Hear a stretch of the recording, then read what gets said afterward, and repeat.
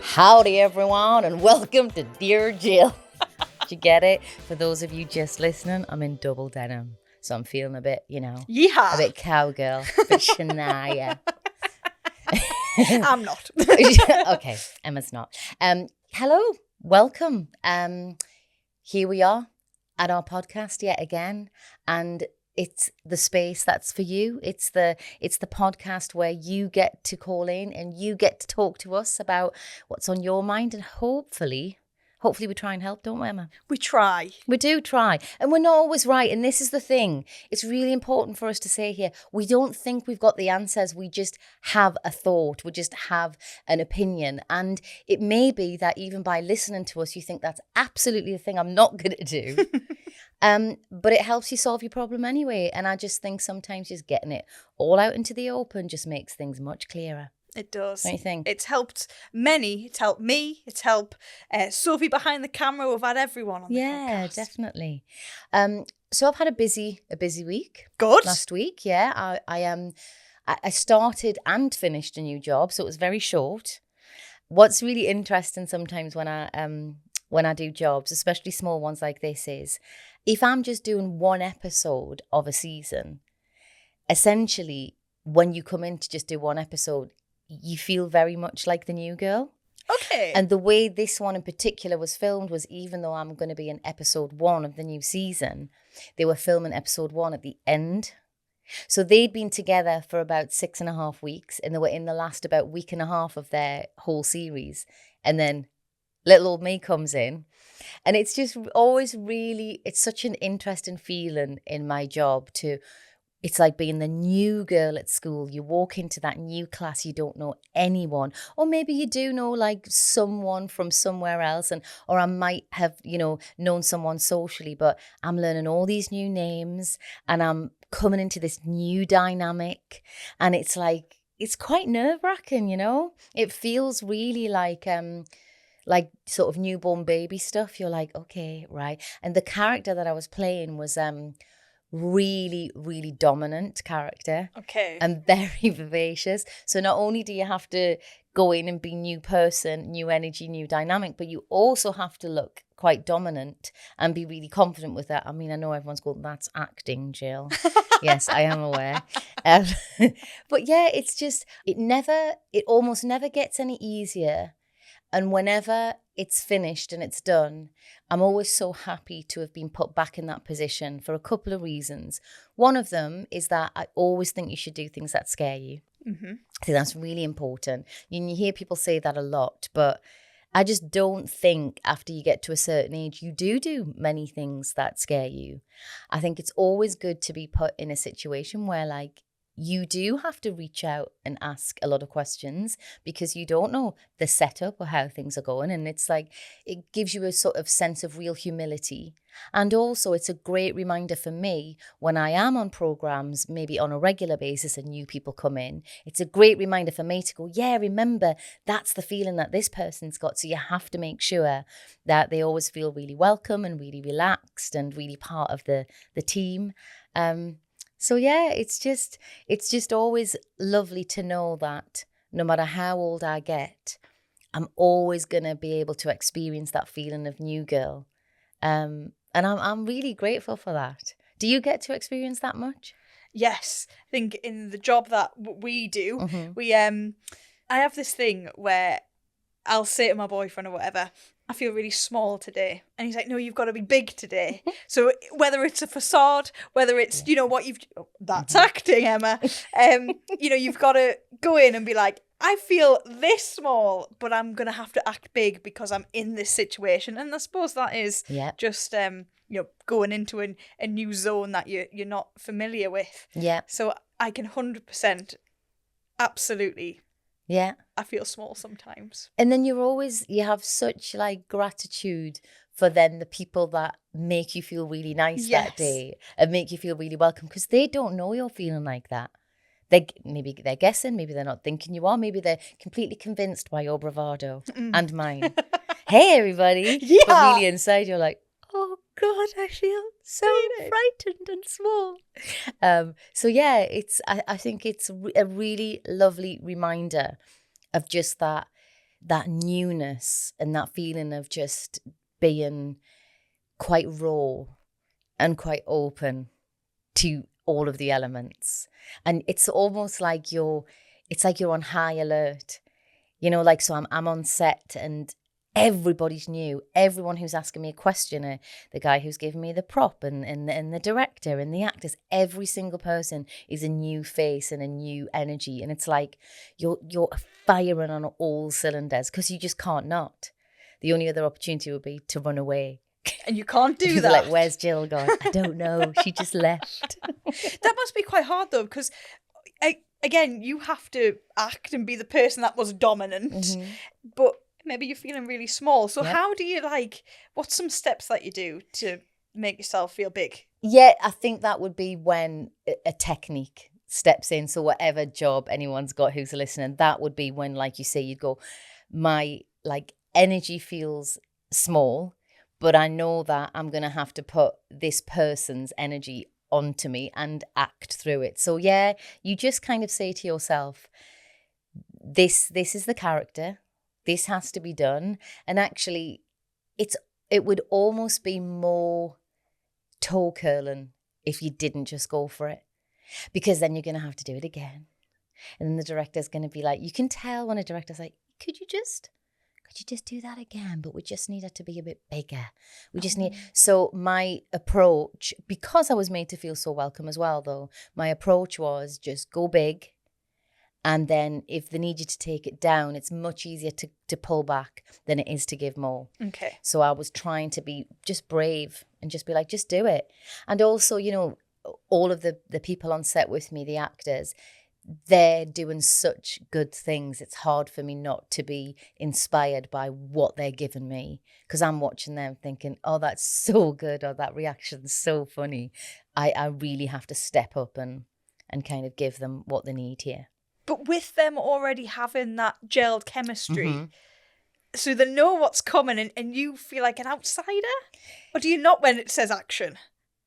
You not necessarily when they shout action. It's not that I would feel an outsider, but what was helpful about this particular character was she was an outsider. So she was big and brash, but the other characters around her were trying to basically get rid of her. So it all kind of worked. It was all fine. But what you find is with the best actors and the most generous actors, you can walk on set having never met them before, and you can do a scene where you're playing their best friend and they will make you feel like their best friend because they're the best ones, because they're the ones that go, this is acting, this is technique, and we can create this dynamic within, an hour of meeting each other. And that's when you're in really good company, because you're like, oh, wow, they actually convinced me. Are we best friends? You know what? That brings me to, I always think I could never be with an actor or have an actor like bestie, because you never know when they're just switching it on. You know what I mean? If your boyfriend was an actor, I'd be like, do you really love me, or are you just acting now? Or maybe that's just me. Cynical.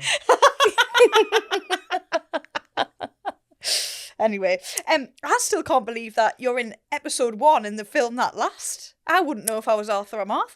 Yeah, and that's probably to do with availability and casting, and we haven't found the person who's playing that part yet, so we're going to do. I mean, when you film a season of anything, you film it generally completely out of sequence. So if there's 10, so let's say there's 10 scenes at, let's say it's at Central Station, right? That's the train station in Newcastle. If out of those 10 scenes that are at that station, 3 are in episode 1, 1's in 5, and 3's in 7, and 1 more's in 8. Have I got 10 there? Yeah. You're not going to go back 10 times, are you, just to do it in sequence? That will be a huge waste of money and a huge waste of time. So what you have to say is, as the location manager, we have this on the 15th of July, and on the 15th of July, we will film every scene that takes place at the station. So you're doing the beginning of the story, the middle of the story, and the end of the story. And just to blow your mind a little bit further, on that day when you're filming those scenes, you're not necessarily filming them in order. So you might be doing the last scene of the show first up at 8 o'clock in the morning, and you might be doing the first scene of the show at 7 o'clock at night. That's blown my mind. So when and if possible, people will try their best to do at least a bit in sequence. But more often than not, it's just not possible. It's just so difficult to do it that way. So yeah, Wow. it is hard that when you're playing the end of the story before you've even filmed the beginning. Because you're like, I don't know if this is how it's going to really feel. And you can get yourself into a right muddle with that. Have you? I try not to massively overthink it because I'm just going to ruin what I need to bring to the table that day. So I can sit in the trailer and go, no, we shouldn't be doing this. We shouldn't be doing this, but we are doing it. So I just have to get to that point where I think if I know where my character's going and I've done the work and I've done the research, hopefully I should land on a point where I feel like my character will be at that moment in time. But it's tricky. It's one of the harder things about filming, I would say. When you're doing a play, of course, everything is perfectly happening perfectly, in real time. So it's that's a real gift to be able to play that story out every night in that way. And yeah, when you're filming, it's not happening. Not that way. I can't believe that inside scoop. Yeah. I tell you, I couldn't do it. Good job you do. I bet you could. I couldn't. No, thank you. No acting for me.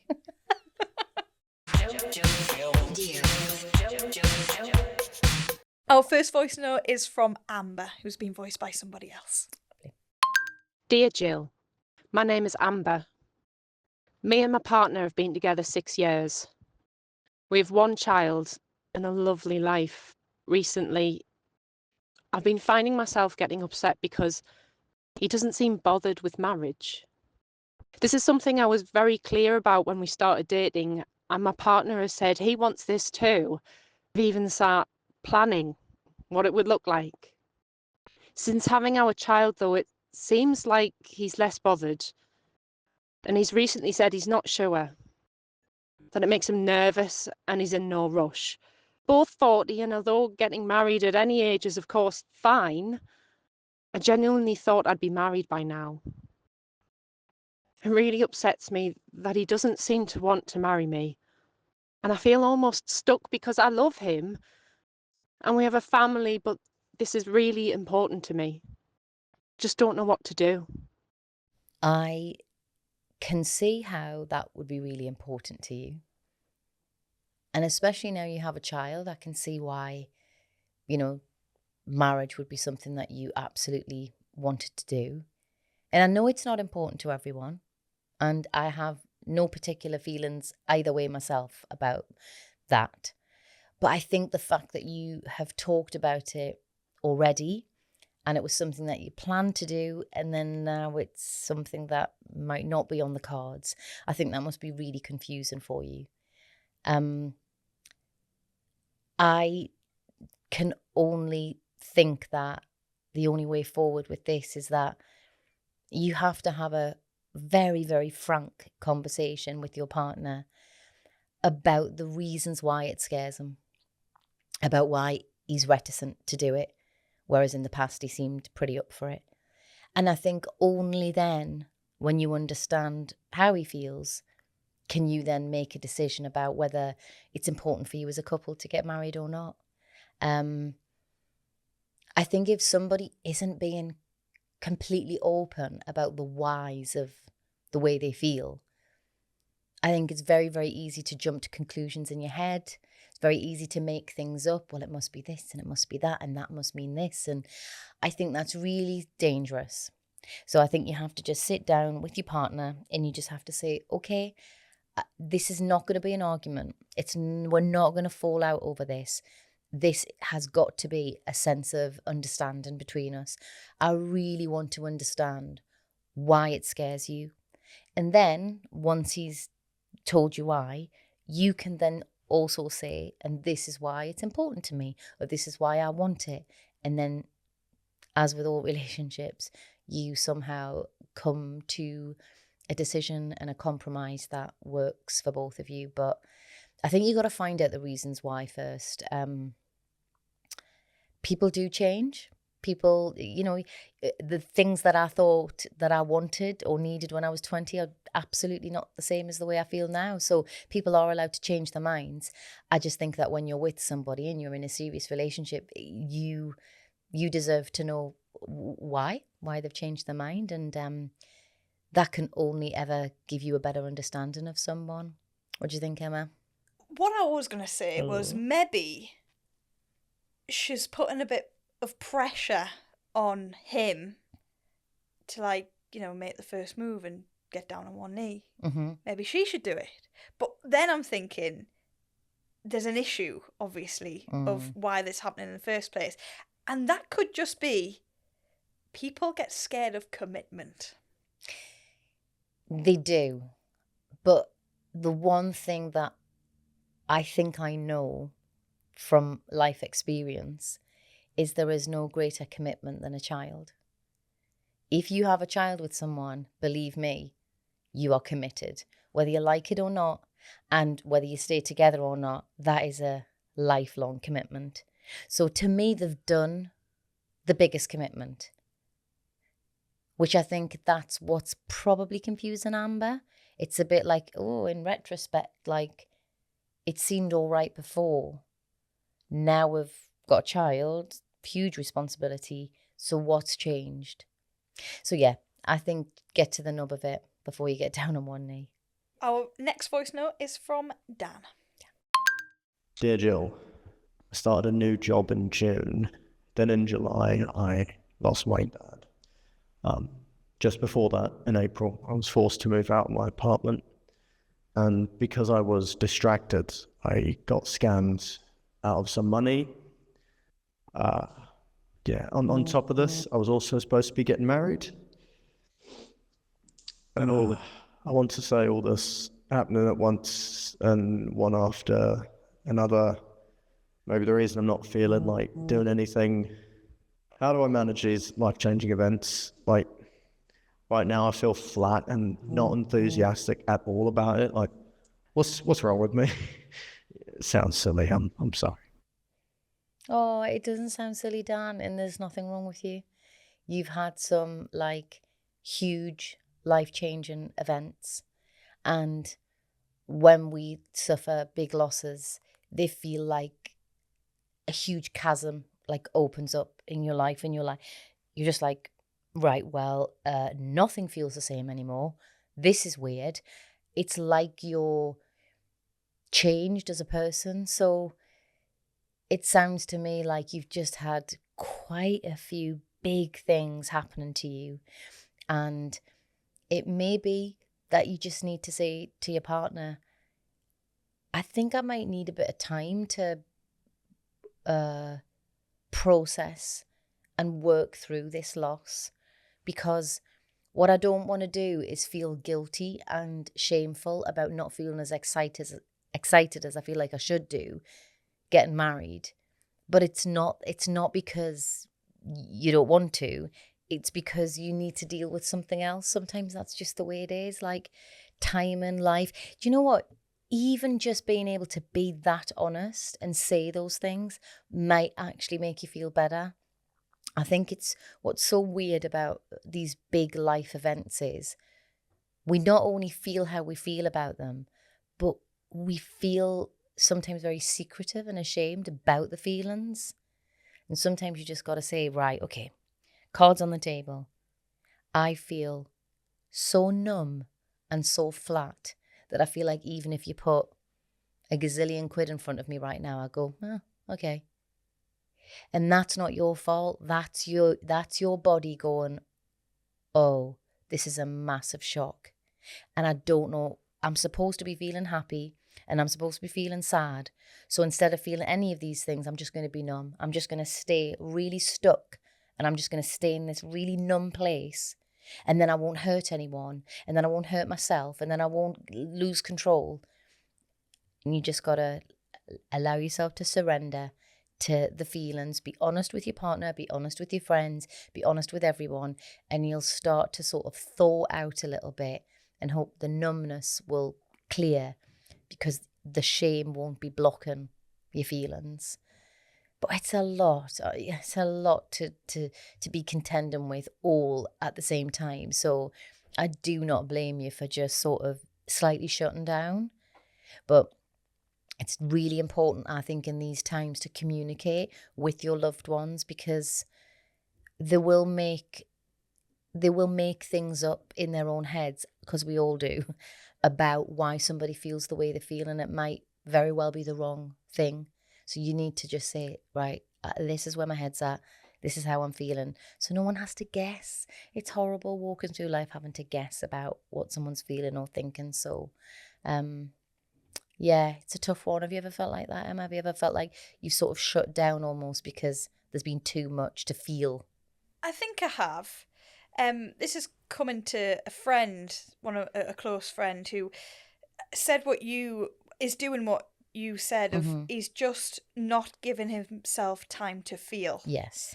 And that must be, one, a horrible situation to be in, but also I can recognise it, but they can't. Yeah.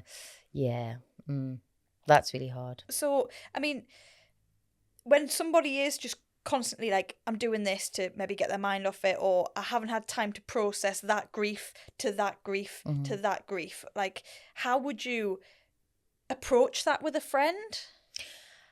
Do you mean if you were the person who had the losses, or you were the friend who... You were the friend recognising it, maybe? I think exactly what you've just said. You would just sort of say, listen, I know we're all different, but if I had went through the amount of loss that you've gone through, I think I'd be feeling pretty wretched.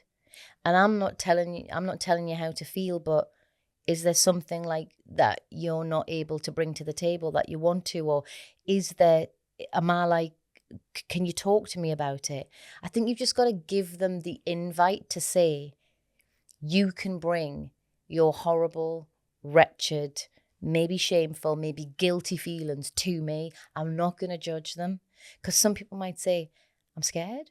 I'm scared to tell you how I really feel because you might think I'm weird. And you'll be like, no, I won't. So it's just like being that mate who's like, whatever you're going to say to me, it's all good. I'm here to listen to you. I'm not here to judge. And then hopefully they might start, opening up. But I think sometimes it's like there's so many different feelings going on inside. I think people think, where do I even start? What would I even say to you? Even if you said it, but a good friend, I'd say, would be like, well, I'm just going to sit here. You don't try and fill the silence, and you don't try and distract them. You just say, well, I'll just sit here. And then when you feel the urge to say something, I'm going to listen. It takes a good friend, but, we can all be that good friend. You just got to give somebody the time and the space. And how important is it to let yourself grieve one thing before letting yourself grieve for the next thing? Yeah, so I think it's really hard to grieve things individually and compartmentalize and go, I'll do that first, then that second. But I can accept that it might be that there's something that is more overwhelming than something else.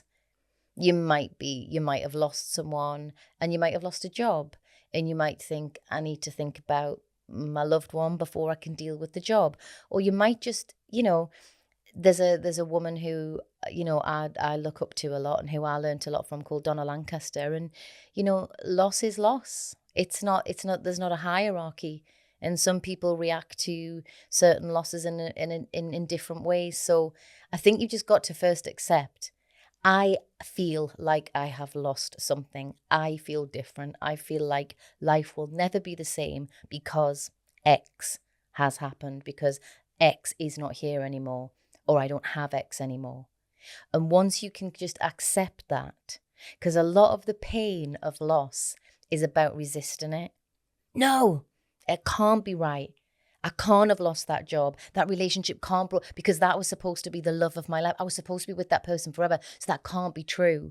And the pain of the loss is that you're fighting the reality all the time. So I think the first step to it is going, no, that's done. And yeah, it's not to say that something else wonderful can't happen or another thing can't come along. But first of all, you have to go, that dream, that scenario, that person, they've gone now. And what I thought was going to be my future with that person that's not going to be there anymore. And that's hard. That's the bit where you kind of let yourself grieve and be sad and be angry and be upset and also be compassionate. But yeah, I think that weirdly, once you do start grieving a big loss, other losses tend to come to visit as well. What about this one? Remember that one? What about that when you were little? What about that though when you were a teenager? Ooh, what about that one when you went to uni? That was bad. Why do you think that is? Because I think it's the same feeling. I think grief is just, it can be just about losing so many different things, friendships, opportunities, hope. It can be about so many things. So I think once you allow yourself to feel the feeling of like, that makes me so sad to think that that's not going to be in my life, everything just comes to the fore, and everything comes back, because really we spend our whole time doing such a good job of pushing it away. It doesn't matter. That happened when I was 21. Who cares? Oh god, that was when I was 15. Oh, he was an idiot. That was when I was 29. And we'd have all of that chatter all the time. But once you kind of surrender and go, no, actually, it does make me sad. It does. Then they sort of line up in a queue. And you can sort of right, next. come in, sit down, all right, let's have a chat about that one. And it's like, it's like I always say, it's like making friends with it. Make friends with your grief, and don't feel like it's something you have to kick to the curb. Invite it in, let it sit down, have a chat, and then you'll realise which ones need more attention than others. Because there might be ones from your past that are just a case of you having to think about them one afternoon and go, no, that was really sad. I really liked that person and I really thought that was going to continue, and it hasn't. But I'm okay. I'm done with that now. I can move on. Our next voice note is from Ali. Hi Jill, my name's Ali. I've just reached my 60th birthday a few days ago and wanted to address the loneliness and loss of identity I feel as an older woman. My heart and soul hasn't aged, and I feel I'm still in my 20s, but my outer casing has aged, surprisingly much better than some other women of my age, and of which I'm gratefully thankful for. I've been single for over 10 years, and since I was in my late 40s, and don't have a huge social network of friends. I feel I have so much zest for life, but feel invisible most of the time. How do you begin to start your life over again in this current world, which is governed predominantly by social media? This isn't how I want to be living my life. Thank you for your time, Jill. Take care, Ali. Ali, I believe that you can have the life you want at any age. As long as you have your health, which it sounds like you do, then we're all good. And if I was you, I would write a list of things that make your heart sing, that make you happy.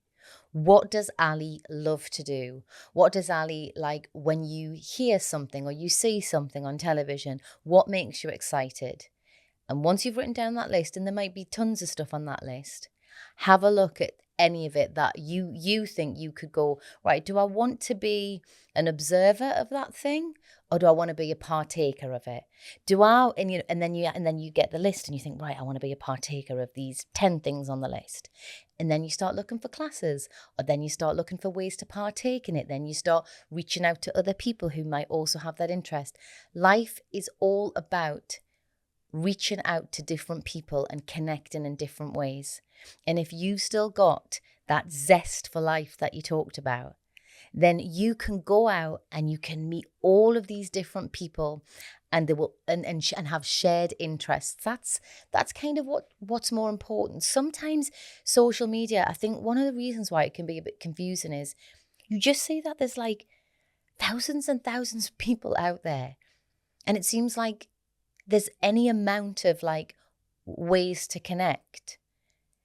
But you sort of think, but I don't really know how to do it, and also I don't really know if I'll get on with them, and I don't really know if I particularly like them. And that's why I always say, and I've said it before on this podcast, the best way I think you can connect with people and meet people is by finding something you already like to do, and then find people that like to do that as well.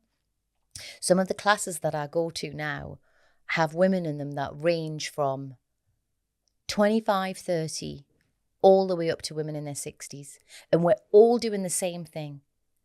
And there's no difference between us. It doesn't matter for that moment in time, for that hour that we're there. We're just there having a laugh, trying out something that we all like to do, regardless of our age. It doesn't matter. So make the list, get excited about it, think about the things that just make you get a bit excited, and then just work out which ones you want to partake in, and then get on it, get on the case, and start living your life in the way that it sounds like you want to. It sounds like you have so much energy, it's so much get up and go. It's like, yeah, don't waste that. Go out, see the world, and meet new people, and get that sense of invigoration again. Because I know I've heard this a lot from women who say that, sometimes, I think especially when people have had, big families, and they're still married, and they have a sense of maybe slowing down. And then some women will say to me, slowing down? I'm like, I'm still like top speed. If anything, I'm speeding up. And I'm like, okay. So maybe that's your feeling. Your feeling is that everything is settling a bit. And you're like, oh no, I got so much more here. So yeah, go out, find it, take it, enjoy it, absorb it. Just, have all the fun you can possibly have. And don't think that it always has to be social media. Don't you think that we always think the answer to everything is social media? And I just don't think it is. I think it's more like round the corner, on your doorstep, in your community centre. I think that's where you generally meet more people, local things.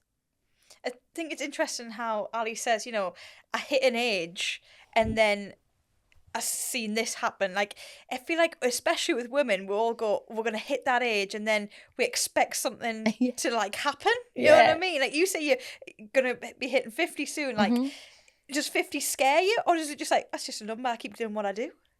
I mean, if I let myself be completely taken in by culture and what everyone thinks, it can be like, 50. But really, like Ali, I don't feel any different, really. So, and to me, I've got no intention of stopping. I've got every intention of not just keeping going, but more adventures, new adventures, more challenges. So yeah, I'm with Ali, where it's even more exciting for me now when I do go to like my Tango pole class or something, and there are so many different ages in that class, and I go, yes, this is it. This is because what we've done is all the people in that class have gone towards that and found something out that they like, regardless of what they think they should be doing. And I'm putting that in quotation marks for people that are listening. Oh, that's not for me. That's not for me. That's not the right age for me. Oh, no. No. We don't want any of that, do we? No, we don't like that. Age is just a number. You get on with it. Yeah. If you like it, do it. Yeah. Go on, Ali. And you're still tango poling? Yes, I am. Well, I really enjoy it. It's really hard. It's really bloody hard, but I love it. Have you learned any new moves?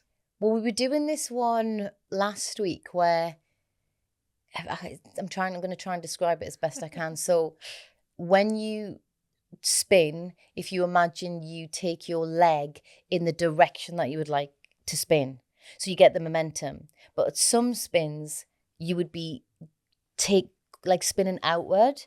So you'd almost be holding the pole almost behind you and taking your leg outwards and spinning like that. That's so hard. It's like a really weird, like you're pulling and you're pushing at the same time with your arms. Oh, it's really difficult. Does the pole spin? So it can be locked when you're learning it, so you don't just go nuts. And then they like unlock it and you're like, woo! I feel like, maybe tango pole is for me, actually. I'll see you there. I'll see you there.